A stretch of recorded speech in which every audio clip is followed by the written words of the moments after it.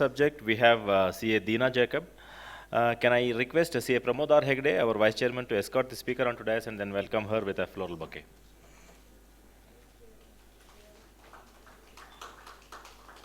Thank you, sir. I have privilege in introducing CA Deena Jacob. Deena Jacob is the co-founder, CFO of Open Financial Technologies Private Limited, a fintech startup which offers a neo-banking service for SMEs and startups. She has over 18 years of experience in building and establishing finance teams from scratch for early stage startups. She has led teams across a broad range of functional areas like SME credit and marketing, investment research, business finance and analytics, strategic partnerships, investor relations, legal and compliance apart from end-to-end finance functions. Currently, she anchors the finance function of Open, along with heading revenue and growth for startup.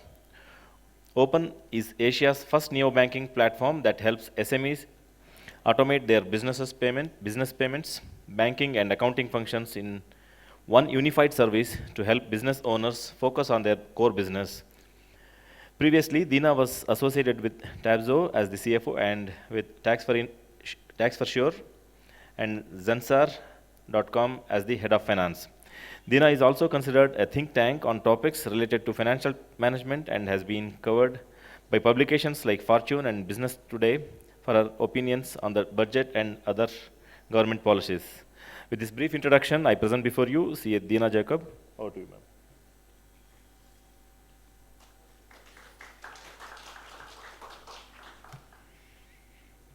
Good evening, everyone. It's a pleasure to be here in Bangalore branch and all the fellow chartered accountants, the senior members, everyone else. So today we'll be spending some time on the topic. I know it is at the fag end of the day, and we are definitely looking for getting everything that we have to learn in a very short time, and then probably, I promise that I won't stand too much in between you and the restaurant dinner that you are looking forward to. But to start with, today's session that we are looking at is unlocking the worth and strategies for evaluating startup valuation. I would start with the fundamentals. So when we talk about the worth and the valuation, this is something which we do day in and day out, right? I mean, day in and day out for various things. Valuation is something that we do. What is so different about startup? What is so different about public limited companies? What's so different about different entities? That's where the startup comes into picture. It's slightly different the way you look at it. End of the day, what's a startup? So we have early stage companies which are being, set models, very early stage SMEs which are being started, which grows into very large companies at a later stage. And then we have this section called startup. What is the difference? Even I used to get puzzled about it. Why are not all companies a startup? So this is where the differentiator comes into picture. And when we are looking at unlocking the worth, the most critical thing to understand is the difference between these two. So when we talk about any early stage company or a business to start, it could be a defined set models. It could be into manufacturing, trading, services, anything which is existing already, and you are creating a new market, a new segment of customers you're going ahead and going to solution for. That can be any business. I mean, it's a new business. But when does it become a startup? Startup is inherently differentiated with the kind of innovation, differentiation, and a disruption which you are bringing as an idea. So this is something which is not tested and tried. You are looking at a different segment altogether. There might or might not be a business plan or business model altogether, or it could be evolving. You're just starting to solve a problem. It is still not validated what kind of solution works for that, or what kind of, the way in which it has to be reached out to the customers. Are they going to take the solution the way it has to be? So this is a fundamental difference, and that's the reason why startup also comes with its own level of risks. Not all startups succeed. if you look at it like the early stage, that's where I wanted you to go through different stages that a startup journey gets into. There is the idea stage, which is nothing but you have identified a problem, and then you are moving forward into considering a solution that comes to the market. And then what you do is you don't end up spending years and years together in terms of getting the product out. You will come up with a minimum viable product which can be taken to the market and checked whether this works or not. And that's where the minimum MVP stage. And then it moves to the product market fit. Why I'm staying on this in detail is the entire worth and the valuation is totally dependent on all these factors and all these different stages. So once you come to the product market fit stage, this is nothing but you have to really look at, can I do the first sale? Is there a first set of customers who are going to adopt this? And can the sale be repeated? Like, what is the positioning? What kind of solution do they look at? How do you sell to them? So this is the second part of it. And then it goes to the go-to market, which is where the channels you are figuring out, whether it's going to be direct sales, whether it's going to be digital, whether it's going to be offline, whether it's going to be like a channel or a reseller partner you're going to look at. So that's where the channel product market fit goes. And then it goes to the scale up and the maturity. And through all of this, you will be building your company, building the systems, which is exactly the same as any other business would do. But the only difference in the startup is that there is a formation, there is validation, and then there is growth. And which is where the formation and validation is something which you might not see in a new business, so to speak. So that's, I'll stay with, probably, we'll move on to the funding stages of a startup. So the funding stage, again, is defined by the different areas that we earlier went through. So the first that you go through is the seed capital stage, or generally this is being done by, the very first part before the MVP is typically done by own funds or friends and family. We have already heard about the friends and family round and all of that, which is nothing but your close group who knows who you are, whether you can execute it or not, and what will be the outcome of this, who can take a bet on that. And this is also called the value of death, because this is where the maximum kind of death happens for a startup. The mortality of the startup is the highest during this stage. Because this is where you might have a hypothesis, you might be thinking this is a problem that you have faced or you have seen it somewhere, but you make a solution and you realize that there's no takers. It might be good to have, but nobody is there to pay for you. And that's where, after the seed capital, if you tide over that and if you have built the product, you reach to the early stage capital, which again is characterized by, it could be like the angel rounds, accelerator, it could be pre-seed, whatever different names that we talk about. This is the early stage, which typically would be like the venture, people who are accustomed or can actually evaluate the early stage is those who come into this funding stage, and characterized also by the VCs as well.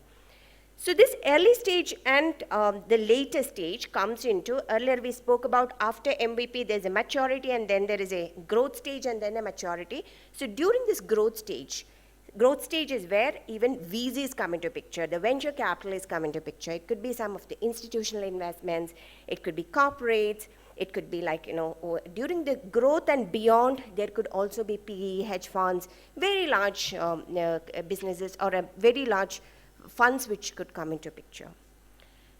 In a nutshell, it's about who understands the space and who is going to take a bet on you. These are the people who are going to value you. And after all this, everyone who is puts in the money to figure out whether there is going to be a liquidity or a end game, somewhere where they can take the money back, which goes, IPO is we have seen grand successes in IPO, thankfully in India in the last few months that we were looking at.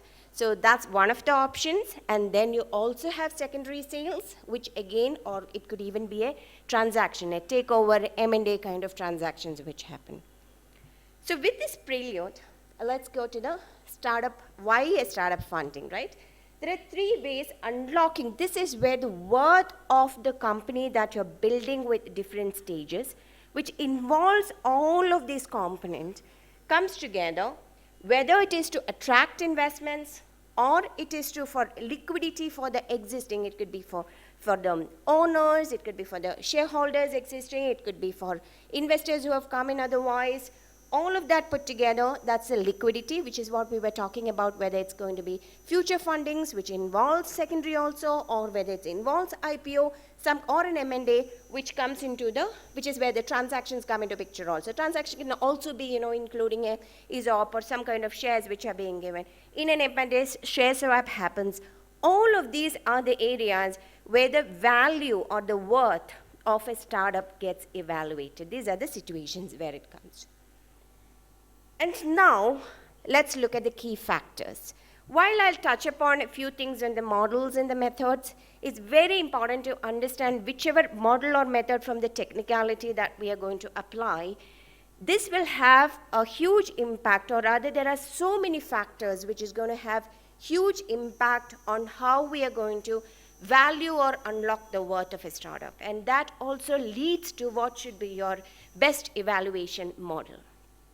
So the first part is the strength of the idea.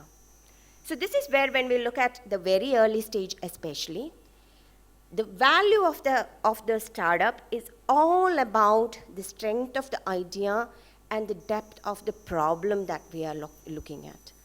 So if the problem is faced by a very large set of people, and it has been very deep that it either pinches them in terms of, the money that they have to put in to solve that problem, or it could even be hindering something which has to smoothly function in what they are doing. So this is where, and sometimes these needs could be identified by the person who is in the problem, or it could be like outside of that. And that typically, it defines what is the strength of the idea. So, and this also will be like, the innovation part of it. Today, for example, when we are looking at new cutting technologies, including, the AI and various other technologies, this could be like a very early idea. None of us might be in a position to evaluate that I need this. I need a generative AI, or I need an AI-based solution right now in my life. We might not be able to predict that. But at the same time, if we think that an innovative solution can come for the problem that we face in terms of we don't have real-time data, we are not able to query something and get in the way that we want, that is where it becomes an innovative idea. Or it could be like today, in fact, I had the fortune of meeting this very early stage startup who is working on a device, including the VR, wherein if you scan your car and through the glass, in fact, all our mobile, we are talking about the times where the mobile is going to get obsolete, right? We are no longer going to use that, and just looking through a glass, we are going to see stuff which we have to see as a screen right in front of us. So that if you just scan around the car, it will tell you where is a dent, what kind of issues there are, whether it is old or new, whatever kind of tire issues, when it has to be replaced. There are a whole lot of things which just comes one shot in a simple scan which is coming. I don't think any of us have evaluated that this is a need. But the moment we start using it, there might be a convenience. And that's exactly where that convenience will that translate into money, that translate into a paying capacity for any consumer. That's going to define the strength of the idea. So that is one aspect. The second is robustness and viability of the solution or the product. And this is where MVP, or a minimum viable product, is also extremely critical. So the solution for this, or if we have identified a problem, for example, the solution could be umpteen ways we can get to the solution. For example, when we started off Open, the idea that or rather the problem that we identified was, we as chartered accountants, we can also relate to it so much that when we look at finances, we look at multiple disjoint interfaces. And this could be your accounting system, this could be the bank, which doesn't talk to anyone, any other system for that matter, only through a bank reconciliation which it talks. But maybe, the taxes on a different system, then you have collections in different forms, payout in different forms, through banks, through cards. None of them talk to each other. So the problem, while we identified, the next step was to really figure out whether there are large number of people who are connecting to this problem. And then comes, how do you solve for this? Because there are already solutions in place already for each of the vertical problems that we are looking at, whether it's a payment solution, whether it is going to be like, accounting, whether it's taxation. We have so many vertical products which are available. Then the question becomes what USP, the unique selling point you have, or what is a differentiator you have. And that's exactly where the differentiator could be that, today we don't have a single interface or an operating system of sort which businesses can use for them to go ahead and make a transaction or run their business on a daily basis. So that is the way in which we thought of envision the solution and started building on it, which means bank gets connected to a central system, your ERPs get connected to a central system, government systems get connected to a central system, reconciliations on multiple front, whether you are on your client is on a Zomato, Swiggy, whether it's on Shopify, whether it's on, there are distributor management systems. How do you bring all of these together? Because otherwise it's going to be like huge problem in terms of each teams dealing with it. So that is where, what is the kind of solution that you're envisioning for the problem you identified becomes extremely important.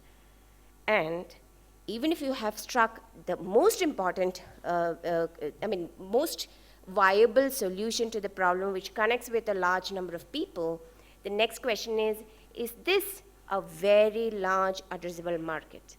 Because if the revenue potential stops at, say, around at 10 crore, 20 crore, 50 crore, 100 crore, it's impossible to actually show the early stage value, because you would have seen valuations of startup in the initial stage itself getting valued at 10 million, 20 million, 50 million.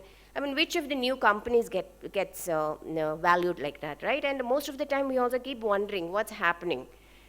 And what they see in terms of this is exactly where they're unlocking the work, because the early stage is very difficult to unlock this work. You don't have a product, you don't have paying customers, you don't have revenue, you just have a product and an idea. How do you command a 5 million, 10 million kind of valuation, right?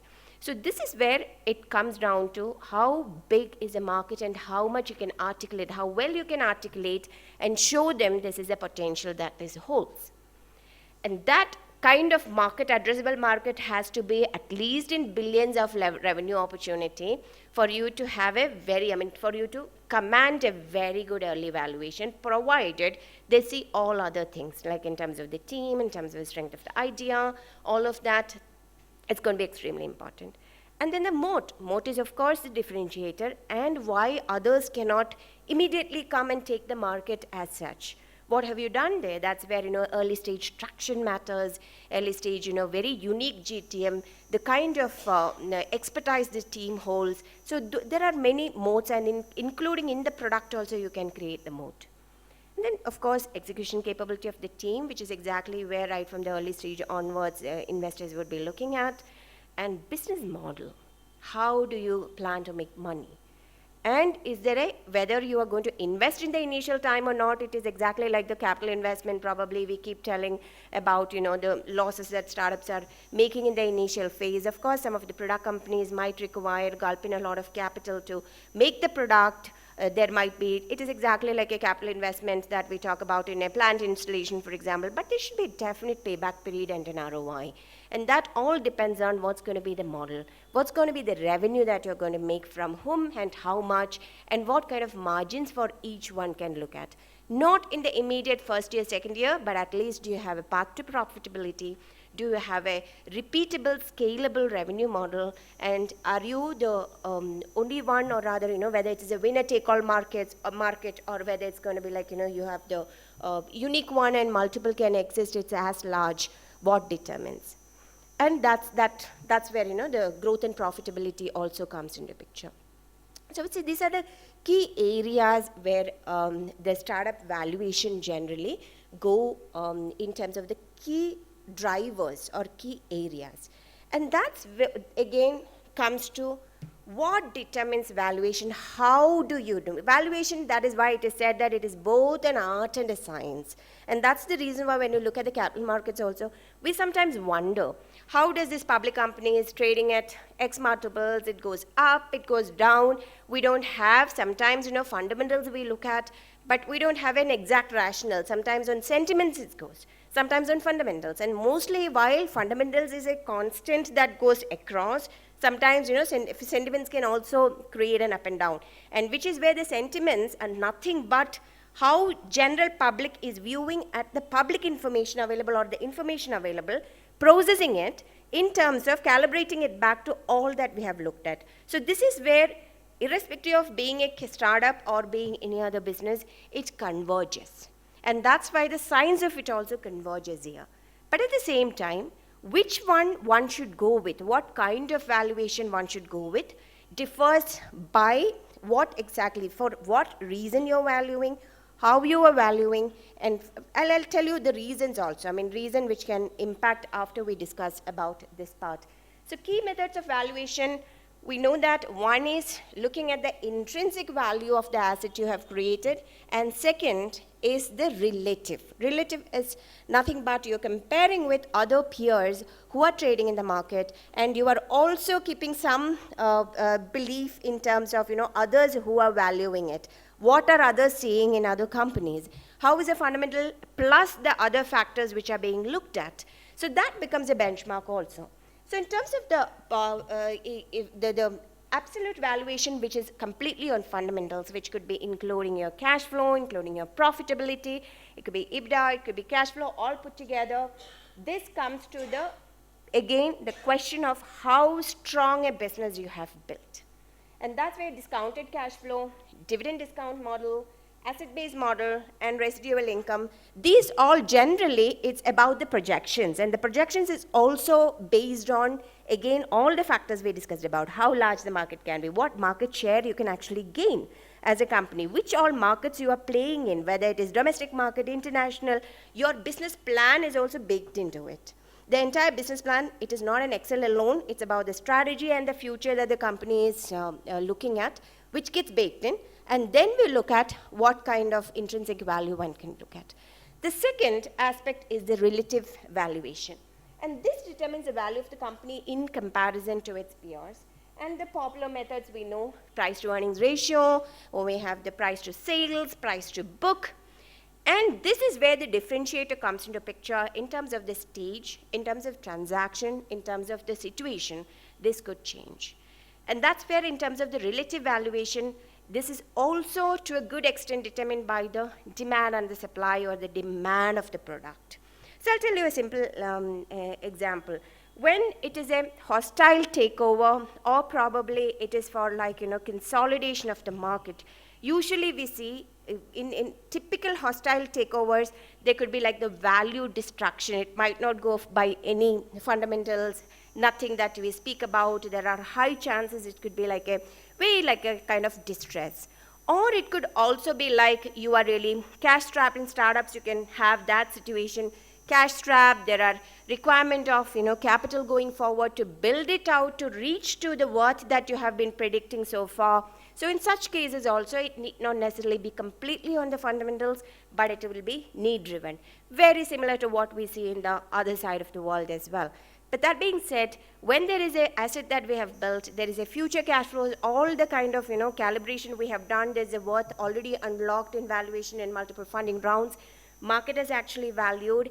Yet at the same time, if that is a kind of, for example, it could be a competition killing, or there are like two very strong players, but at the same time there's an opportunity to kill the competition, get it to winner take all, or join hands and go up. There are such situations wherein the commanded valuation could be much higher, because the sum of parts and how does it come together is something which it gets valued on, which is exactly where it doesn't go exactly by a discounted cash flow or the fundamentals or something we have seen, and then we see that market is crazily valuing it, because there are very few assets. If it has to go into something, market consolidations, it could just be. So that's what we have seen in the previous recent years, recent times, IPOs as well, or earlier to 21, 22, if you look at it, right?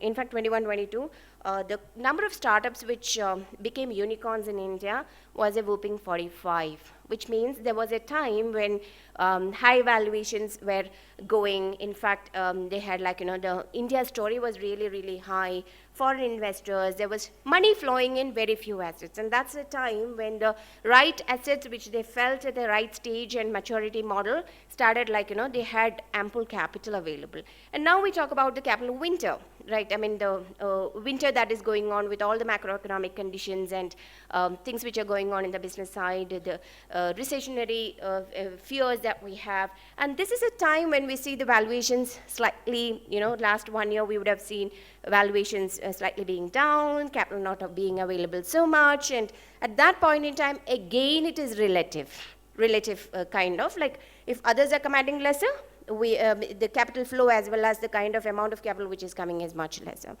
So this is a situation now, if you see, it has started easing up and slowly started coming up again, because globally, how much you will be sitting without investing on the money?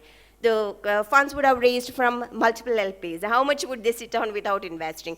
And that's where now we see the things coming up, and that is also reflective in the kind of, tech startup valuations as well as the startup IPOs which have started coming up in India. Just to give you a few, I'll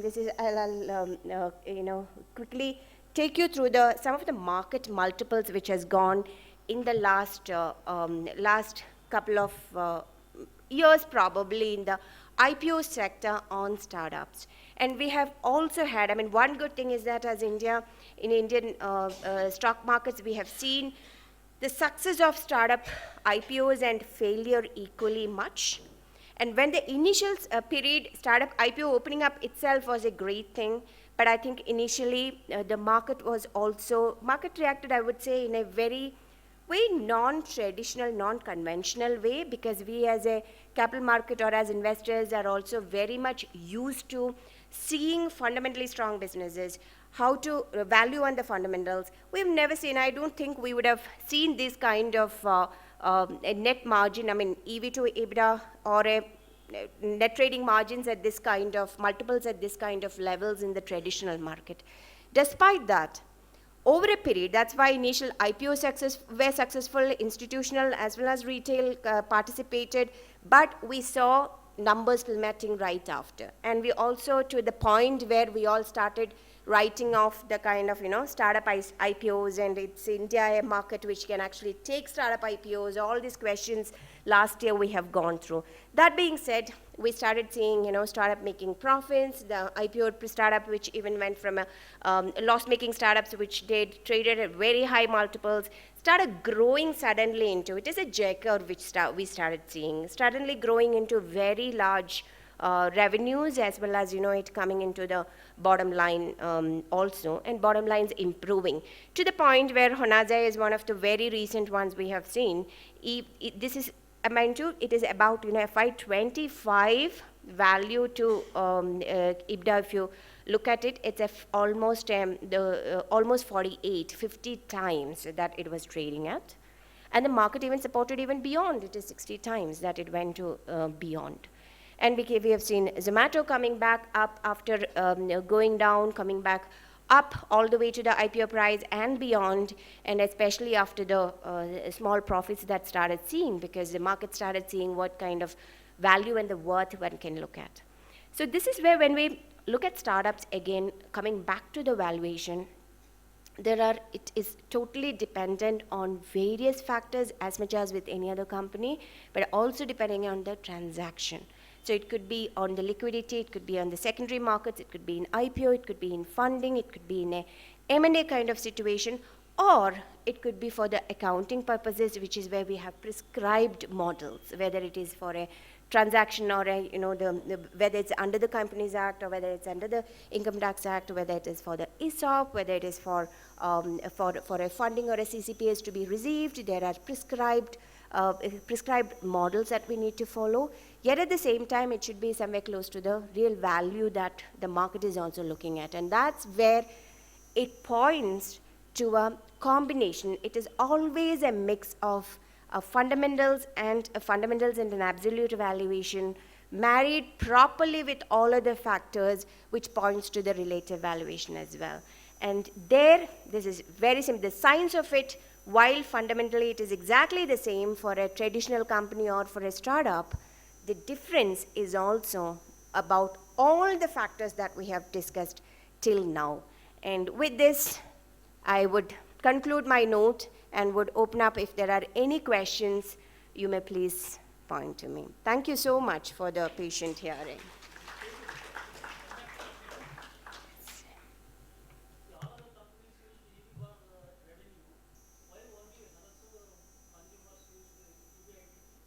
So this is generally, it is not a valuation multiple as such, but this is on the trading multiple that we have taken some benchmark on where it stands on both the sides. Both are allowed. See, it is not a valuation part of it. This is how the market valued. So this market valuation is where the relative valuation comes into picture, because they would have baked in all of this. So Honaza, the good part is that generally for this sector, EV to EBITDA could be like, generally price to sales. For the revenue that you see for the 4.3, 11, 23, all of that you see, revenue multiple usually is around 0.5 for traditional companies. And price to book could also be like, 1, 2, kind of for traditional businesses that the market would value.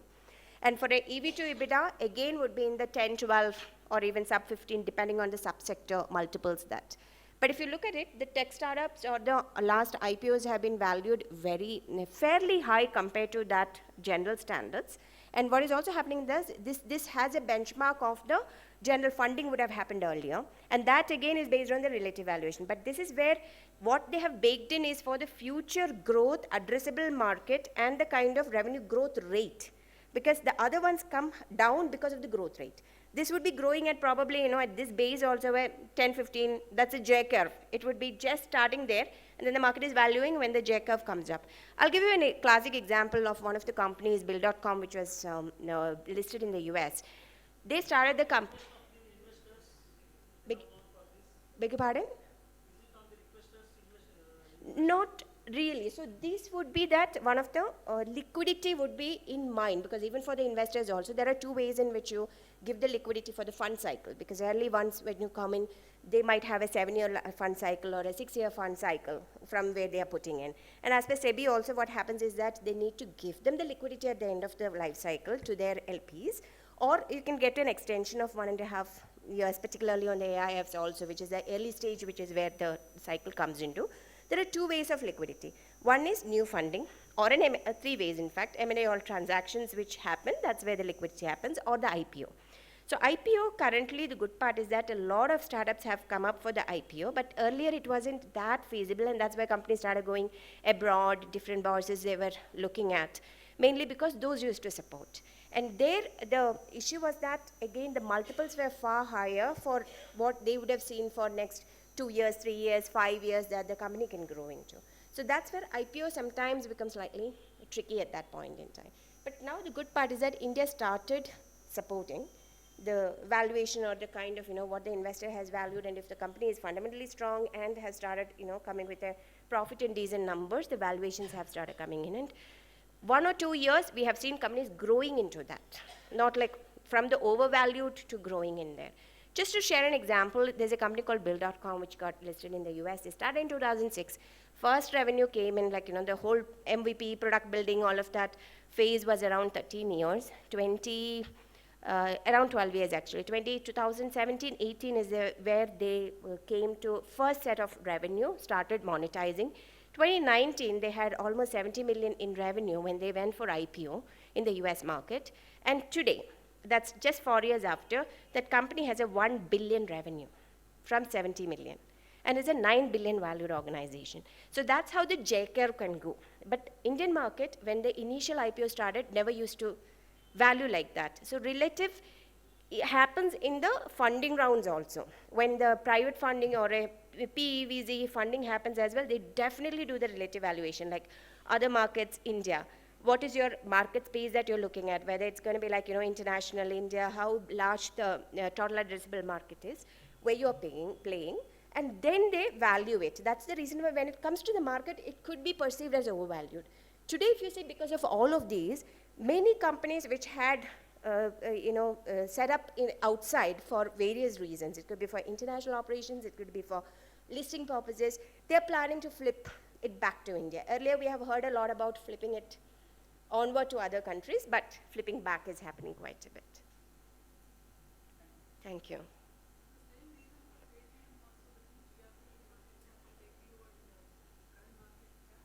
So that's where, market cap at the at IPO, it was traded at much higher. So Paytm, even from the current levels, it has been much, much lower. Like it went much lower. So that's where Indian markets started questioning about, can this support a tech IPO kind of. But now if you see with the Paytm, last 2 quarters, it started posting profits, all of that, it slowly started coming up. So now we'll see a huge convergence there. So maybe it is a matter of 1 year or 2 years or maybe even lesser for it to zoom past, because the revenues are so high, and the moment they start making profits, then it becomes a massive, like the profitability part of it. When the investment part is over and the profitability sets in, it could be unlocked very, very fast. So that's where this could just be a matter of few quarters to get there and beyond. But this was a concern. I mean, what you mentioned was a concern, especially. There is.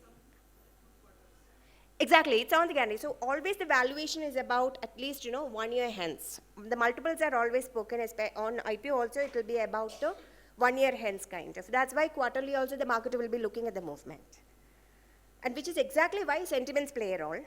Which is why it is not only fundamentals. That's where it is always a combination. It can never be one over the other when you apply the science. And that's exactly where all of the factors, you talk about the discount rate, you talk about the models on which the terminal value that you're determining, whether it's on dividend, it all depends on what is the end game for that, or rather how it can grow. So those are the models. On fundamentals. While we take a call, we should also look at what are the other returns expected for this high risk, because that's a risk adjusted. If it is high risk, there's a risk they might not reach there, and you're taking that risk, and that's where the return should be far higher. But how long? Then it becomes a timing factor. So it is about, again, time value factors which come into picture. Okay.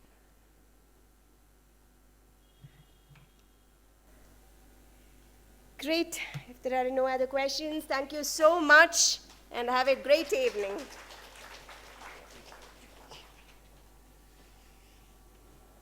Members, we have completed 2 days ICAI Startup Manthan with this session. What is worth of a startup entity? How do we evaluate it? And this particular topic was very well developed upon. I thank Committee for MSME and Startup of ICAI for giving Bangalore branch an opportunity to host this 2 days Startup Manthan. That was a fantastic session. A round of applause for CA, who was winner of Best CFO Startup Award from BW CFO in the year 2021. Thank you, CA Deena Jacob ma'am, for that wonderful session. Can I request CA Dhawan ji to come out today and then handing over the memento to speaker as a token of gratitude and respect?